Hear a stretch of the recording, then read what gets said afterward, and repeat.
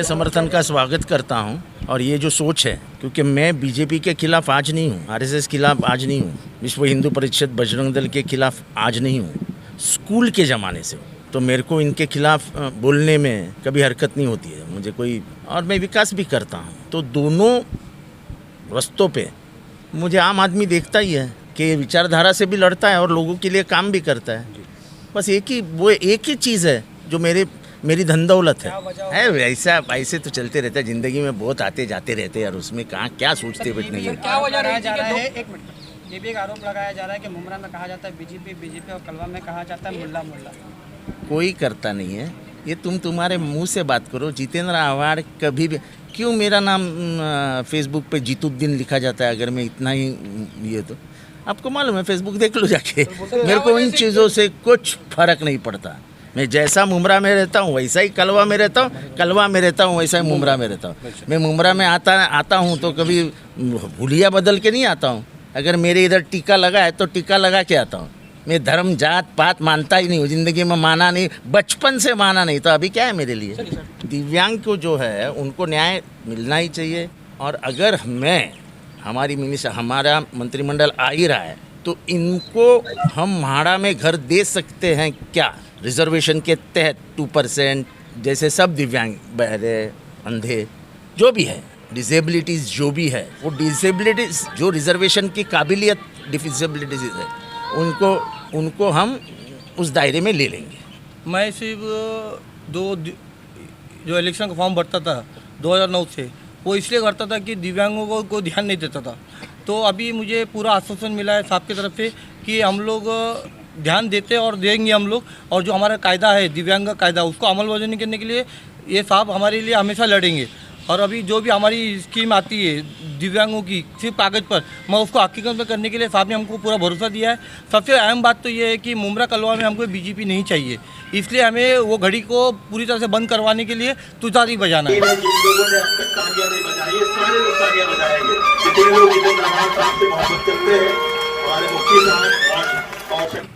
इसलिए मैं साहब के समर्थन में आज यहाँ पे अपना विड्रॉ किया हूँ इलेक्शन का फॉर्म। मुझे दिव्यांगों का लिए हक चाहिए, बाकी दूसरा कुछ नहीं। क्या आश्वासन मिला है आपको? दिव्यांगों का जो कायदा है 2016 का जो कायदा है उसको अमलबजानी करने के लिए पूरा मेहनत करेंगे और हम लोग उनसे करवाएंगे पूरा मेहनत। बात ऐसी है कि सबसे पहले मैं साहब का शुक्रिया अदा करता हूँ कि उन्होंने कुछ काबिलियत देखकर हमें अपनी पार्टी में लिया है और इनको समर्थन हम पूरा देते हैं।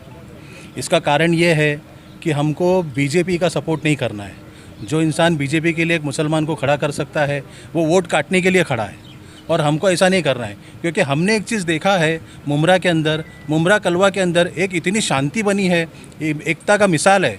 हिंदू मुस्लिम सब भाई भाई है, यहाँ पर सब भाई भाई रहते हैं आज तक। और बहुत से एमएलएस को जाकर देखो, उन लोगों ने क्या किया है, सिर्फ नफरत फैलाने का काम किया है। हमारे जितेंद्र आव्हाड साहब ने इधर नफरत फैलाने का काम कभी नहीं किया है, सभी लोगों के साथ में रहते हैं। बस इसी सोच को लेकर हम अपनी इधर समर्थन करते हैं। मैं इसके बारे में यही कहना चाहता हूँ कि ये हमारी कोशिश थी जो अल्लाह ताला ने कामयाबी दी, और हमारी कोशिश ये है कि जो अपने हैं वो हमारे साथ जुड़े रहें। जैसे मैंने एक बात कहा था कि जितेंद्र आव्हाड को कलवा मुमरा से निकालने की बात करते हो, तो जितेंद्र आव्हाड को इन दिलों से कब निकालोगे और कैसे निकालोगे? क्योंकि जितेंद्र आव्हाड लोगों के दिलों में बसते हैं, और जब आदमी दिल में बसता है तो उसको निकालना मुश्किल नहीं, नामुमकिन है इंशाअल्लाह। मैं आज मेरे बड़े भाई मोहम्मद यूसुफ फारूक खान साहब का, सैयद साहब का, हुसैन साहब का, इनकी पूरी टीम का, हमारी बहन शबनम आपा का, पूरी विकलांग टीम का, पूरे सैयद साहब का मैं इनका खैर मकदम करता हूं। और एज ए पार्टी अध्यक्ष ये कहना चाहता हूं कि मैं पूरे तरीके से जिम्मेदारी के साथ आपके रिस्पेक्ट, मान सम्मान में इंशाअल्लाह ताला कभी कमी नहीं होगी। और जो मोहम्मद यूसुफ फारूक खान साहब ने मांग किया है, जिस तरीके से आव्हाड साहब ने आज महाड़ा को भी लेकर के बोल दिए हैं, मैं यूसुफ भाई से वादा करता हूं कि आपकी हर लड़ाई में आपने हमेशा दिव्यांग को लेकर के, हमारे हैंडीकैप भाई को लेकर के, आपने कंटेनर दिलाने में, आपको उनका हुकूक दिलाने में यूसुफ भाई लड़ते रहते हैं। इसके लिए मेरा उनका दिली रिश्ता है, और मैं यही कहना चाहता हूं कि जितने भी दिव्यांग भाई हैं जो हमारे सैयद साहब आए हैं, इनकी पूरी टीम आज हमारे साथ शामिल हुई है।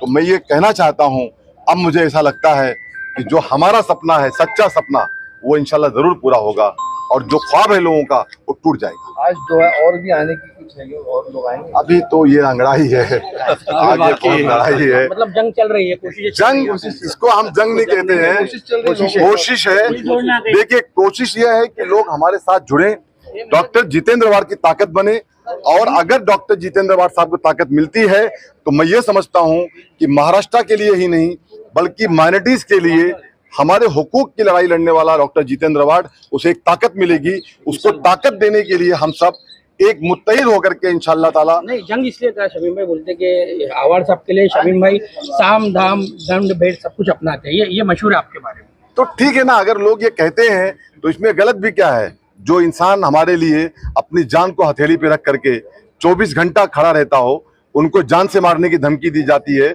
उनकी बेटी को मारने की धमकी दी जाती है, मुझे भी कहीं ना कहीं से धमकियां मिल रही है, बोलूंगा बहुत कुछ मुझे बोलना है। तो इस तरीके की चीजों को लेकर के कोई किसी को डराने का काम मत करे। और हम लोग अल्लाह ताला के अलावा डरने वाले तो किसी से नहीं है। ये गलतफहमी अगर किसी को है तो दिमाग से निकाल करके फेंक दे।